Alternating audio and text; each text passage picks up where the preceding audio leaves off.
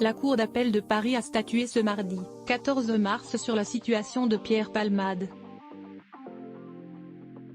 À la question de savoir si l'humoriste allait finalement rester en liberté conditionnelle ou retourner en détention provisoire, la chambre de l'instruction de la Cour d'appel en charge du dossier a décidé de maintenir le contrôle judiciaire, estimant que le risque de récidive est amoindri par son état médical actuel, a précisé BFM TV.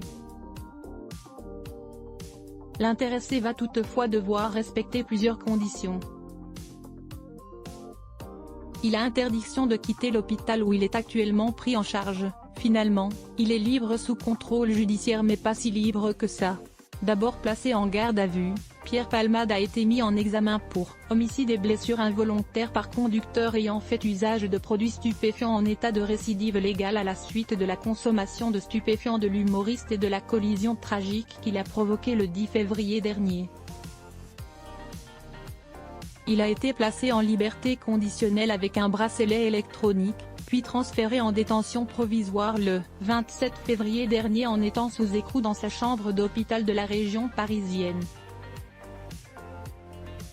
Mais après l'avis des médecins, qui ont jugé son état de santé incompatible avec une détention, l'humoriste ayant été victime d'un AVC 2 semaines après son accident, la juge d'instruction du tribunal de Melun a finalement décidé d'accéder ce lundi 6 mars à une requête de remise en liberté conditionnelle de l'artiste, ce à quoi le parquet de Melun a immédiatement fait appel avec un référé détention, ayant pour effet de suspendre sa sortie.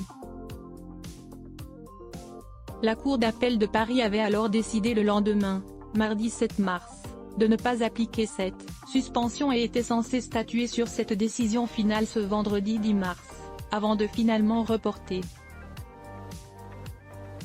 Photos, Pierre Palmade, Muriel Robin, Michel Larocque, Véronique Sanson. Les femmes de sa vie et dans ses mémoires, intitulé « Dites à mon père que je suis célèbre ».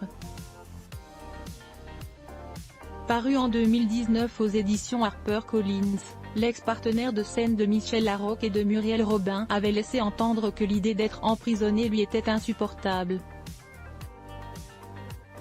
Déjà mêlé à une affaire judiciaire à la suite de sa consommation de stupéfiants dans les années 1990, Pierre Palmade avait écrit « Le procureur se lève dans un grand silence et commence son réquisitoire, je prends surtout ces derniers mots comme une claque. Et pour toutes ces raisons, je demande 10 000 francs d'amende et 4 mois de prison avec sursis. Pardon ? De la prison avec sursis pour consommation de cocaïne ? J'envisage immédiatement le suicide. » Des mots qui laissent craindre le pire quant à la réaction du comédien face aux prochains mois qui l'attendent. Crédit photo, Van Stenkiste Stéphane Bestimage.